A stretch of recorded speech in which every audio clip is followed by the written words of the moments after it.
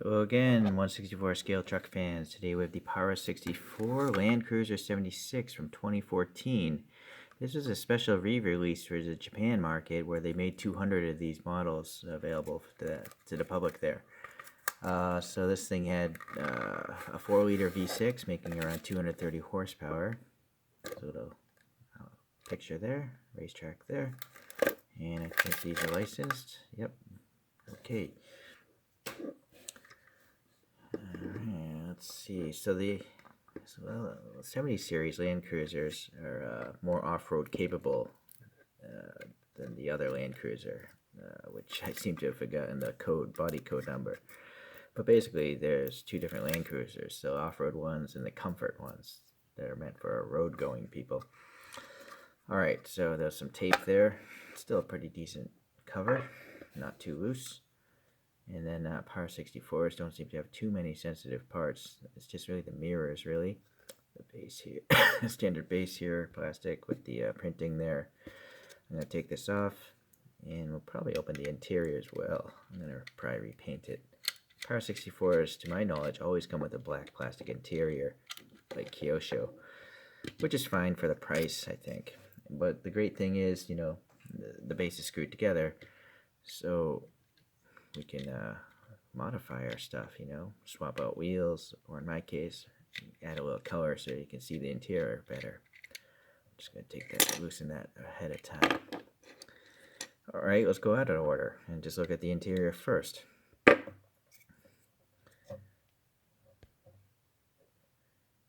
Well, it's your standard black interior, you know, got a bunch of molded gauges and all that stuff. Seat cushions, yeah, alright. Let me go repaint this. Alright, seems like the rear window is a separate piece there compared to the others, or the rear half of the windows maybe. So my interior this time around is like this light, well, it's like a grayish blue, I suppose. Okay, so that's the front, that's the rear. Here's the bottom construction. There's a little exhaust pipe sticking out there. There's a tab, it seems. Yeah. I think it's hidden up behind the spare tire, so you can't see it. So only one screw is necessary. Pretty smart. They save on costs there and assembly time.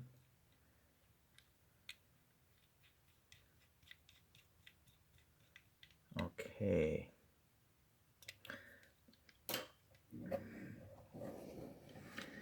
Let's get some photo comparisons here.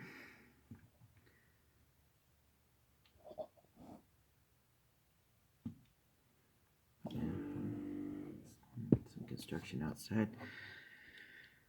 Okay, yeah, I think that looks pretty good. The wheels look similar. The gold fender flares. I mean, the silver fender flares. Can't remember English. Third brake light. No wheel cover on the spare, but I'd rather see a wheel than just a flat thing. Alright, so it's a metallic, obviously, being gold. It's a really fine flake. I like it. It's good. So let's start with this front wheel.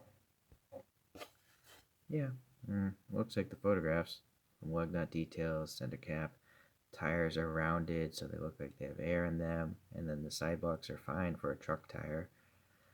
Nice high profile, some silver again for the fender flares. And this down here is like black or dark gray, I think. I think it's probably the gray of the bumper. The bumpers are casted in. Okay, we have a separate plastic piece for this air snorkel here. And then we use separate plastic mirrors, and they have shiny reflective stickers in them. And then the Land Cruiser badging here is printed on nicely. It's Toyota. I'm not sure if you can read that though. The door handles have a recess below. You know what? Hold on. Let's get rid of the tip of this thing. Look how small this thing is. Let's see how this works. Window molding has some color. Yeah, some black there. Yeah, it looks good. Back here, some sort of like passive vent or something like that. Fuel filler door looks alright. Alright. Might as well continue on the back. Spare full wheel and tire like the other rest of the vehicle, so that's nice. The little reflectors and stuff, turn signals are printed nicely. This is a separate color. Toyota 4-wheel drive looks good. Sadly, there's nothing on the license plate. Would have been cool if there's something there. Door handle again looks alright. There's a little bump for the key there. Yeah, printing of the windows seems alright. Third brake light, yeah. Nice clear taillight lenses there. Alright. This side looks pretty good as well. Then we have nice headlights. Nice, clear lens, but also that depth behind it, for that big light bucket. It looks like there's a big light bulb back there, reflecting off itself off the light bucket and out. Any modern headlights do. But this area though is kind of weird. It should have orange in here, right? Why is there not orange painted back there? I don't really need to see it on the plastic, but why not in that recess? So that's kind of weak. Also, well, and the photographs, I'm sure this might have been an option, having fog lights. If you're going to mold in fog lights, why wouldn't you paint some silver or white there? The photograph just has a streak, like a fake vent. Anyways, black paint here is alright. The grill looks okay. A little silver. A little too much silver right there. A little black above and below. Toyota badge looks alright. There's a vent here, but, well, maybe it's like a fake vent, but I kind of feel like there should be black paint there. This hood is actually different from the photograph I pulled up. Alright, so yeah, black out of the windshield's alright. Is there wiper blades? Yeah, I guess there's tiny, minuscule, undersized wiper blades right there. Oh, see, this foil sticker. I don't like foil stickers anymore because of this. Right, that wasn't put on well. It's gonna fall off someday. One day I'm just gonna pull this up and there won't be a mirror there. I think I'd just rather have silver paint there. Some corrugation here for the roof, and then yeah, the tire tread looks alright. Yeah, okay. Pretty basic bottom there. That floating thing, leaf suspension, but it's nice that it says the scale, what the car is, who made it, where it was made. Unfortunately, no copyright date. That's the one thing missing. Plastic base, and this one rolls really well because it's a truck. There's no way the tire is going to scrape. Yeah, Para64s usually have thick axles too. So yeah, there's the interior as you saw before, and I think it's a little bit more visible here, now that it's not black. So that's the great beauty of the screwed together base. Okay, back out here. Let's get a spin coaster up.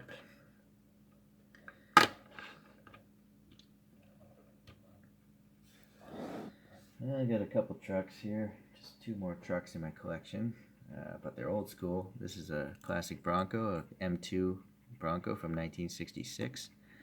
See if we can fit that on there. And then a Johnny Lightning International Scout 2. It doesn't say what year on the bottom. Doesn't even say what the vehicle is on the bottom, so I forget. What I like about the JL is it has a brown interior from the get-go. Much lighter, you can see it. This one gets away with the black because there's no roof anyways, so all 3 are okay, I guess. Yeah, it's nice to see, different brands tackling these different vehicles. Competition improves the breed, supposedly, right? Although I gotta say, price-wise, this is in a different league than the other 2. But should it be? Should this cost more? Well, maybe it should, because it's got plastic taillights, plastic headlights.